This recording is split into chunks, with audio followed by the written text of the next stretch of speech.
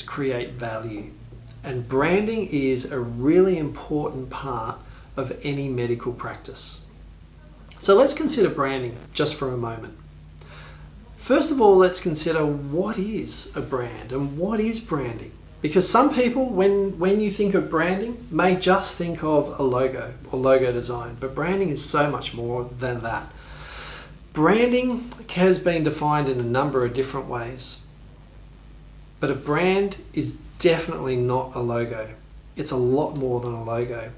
And I really like a quote that was made by Jeff Bezos, the CEO of Amazon. He said, "Your brand is what other people say about you when you're not in the room."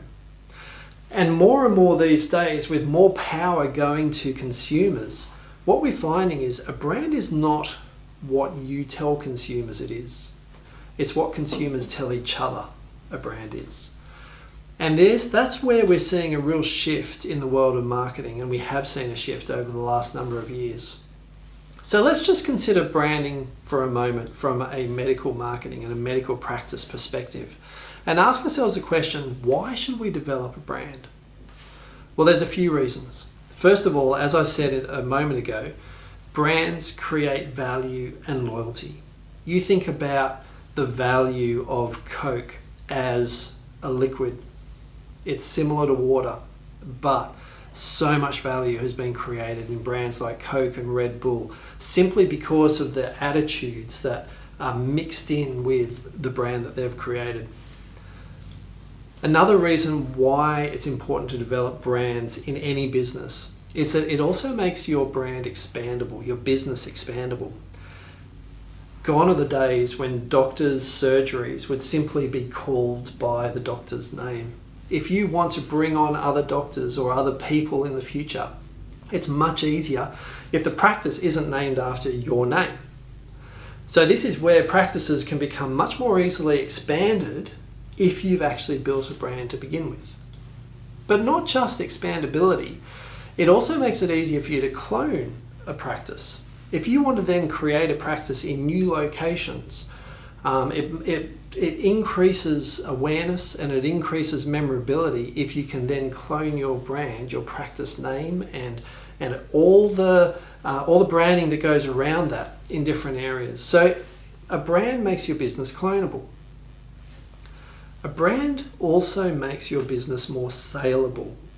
If you have something to sell as a brand, as a business, that is possible to operate without you, that then increases the value of that medical practice. And ideally, at some point, you're going to want to exit out of business and move into retirement. So it's important to start with the end in mind. And keep in mind that a valuable medical practice brand makes that practice much more saleable. So what makes a successful brand? Well, a number of things. First of all, you need to make sure that you have a clear vision and purpose for your business. You need to know who you are and what you stand for, what your values are, what type of voice you use when you communicate with people, and what type of personality your practice has. Because these are the things that help people connect to your practice and to your business. If you think about it, people connect with each other because of who the other person is. And when it comes to connecting with businesses and building loyalty or building trust, we need to create that kind of connection as well. We need to make sure that your brand has compelling and a memorable brand story. We need to also think about things like developing creative messaging that really resonates with your target audience.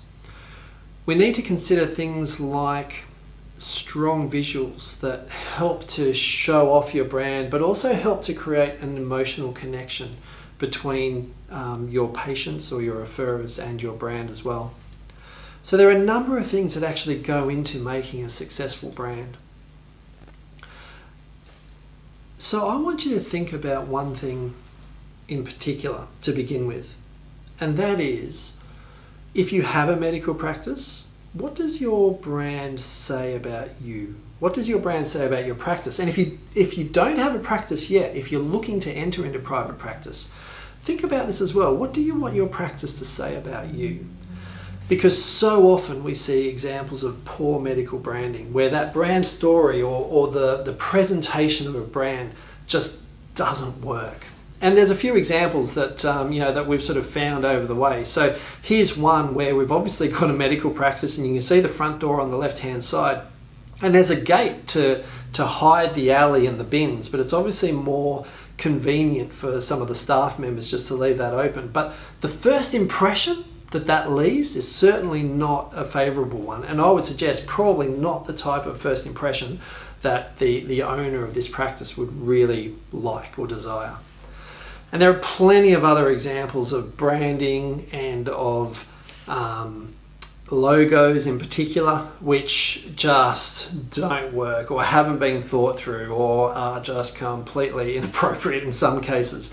And we can have a bit of a chuckle about some of these things and go, oh, what were they thinking? But at the end of the day, there are so many medical practices that we work with that really haven't thought through what their brand says about them. And that's one of the things that we like to help practices with. So we have a number of examples where we've worked with practices to develop that kind of brand story. And I mean, one example of this is Tamar Surgical, where it's a group of all-female colorectal surgeons, and they wanted a brand story that talked to the feminine nature of their team and was soft and gentle, but something that also spoke very directly to what they do and the view that one would see when looking up the colon. So quite an interesting task to develop a brand and a logo and a whole practice that really held to those sorts of values, but a great challenge as well. And you can see some examples of some of the different types of brands that we've developed over the years. When it comes to branding as well, there are many different ways that you can reinforce who you are, that you can reinforce messaging, or you can reinforce emotions or feelings that you want people to associate with your brand. And there are many different mediums, from signage to posters within the practice to what patients take home, a number of different things. But not only physical things, also digital brand assets as well.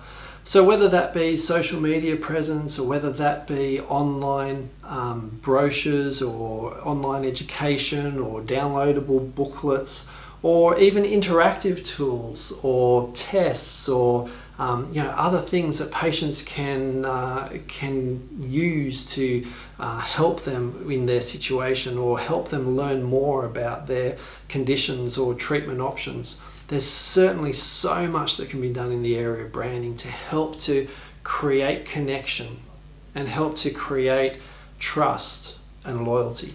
And that's what medical branding is all about.